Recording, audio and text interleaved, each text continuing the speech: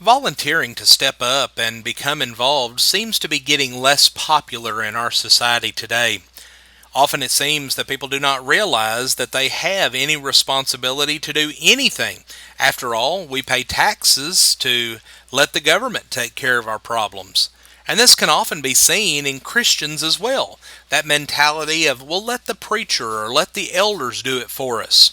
Yet this is not the way that God has worked throughout history. We see this clearly in the prophet Isaiah. Isaiah was a man who volunteered to step up when God needed him to give his message to Judah and also to the city of Jerusalem. Now, we might be quick to state that Isaiah didn't really volunteer, but that God selected him. And while this might be true, it wasn't that God forced Isaiah to be a prophet, but that he presented an opportunity for Isaiah to volunteer to serve. We read in Isaiah chapter 6, beginning in verse 1, "In the year that King Uzziah died, I saw the Lord high and exalted, seated on a throne, and the train of his robe filled the temple. Above him were seraphim, each with 6 wings. With 2 wings that covered their faces. With 2 they covered their feet, and with 2 they were flying. And they were calling to one another, Holy, holy, holy is the Lord Almighty. The whole earth is full of his glory. And at the sound of their voices the doorposts and the thresholds shook, and the temple was filled with smoke." Now I want you to try to imagine what it was that Isaiah saw. Now this scene is not dissimilar to what John saw when he was taken into the throne room of God in Revelation chapter 4.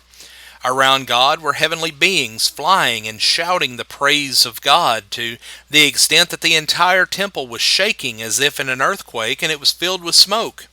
Isaiah was distraught at having seen the Lord, knowing the sin in his life and in his nation. Continuing, "Woe to me," I cried, "I am ruined, for I am a man of unclean lips, and I live among a people of unclean lips, and my eyes have seen the King, the Lord Almighty." Then one of the seraphim flew to me with a live coal in his hand, which he had taken with tongs from the altar. With it he touched my mouth and said, "See, this has touched your lips. Your guilt is taken away, and your sin atoned for." It was then that Isaiah heard the voice of the Lord himself asking who would be willing to volunteer to do his work. And Isaiah says in chapter 6 and verse 8, "Then I heard the voice of the Lord saying, Whom shall I send, and who will go for us? And I said, Here am I, send me."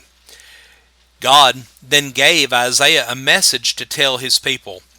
And when God gives someone a work to do, he also warns them what they can expect.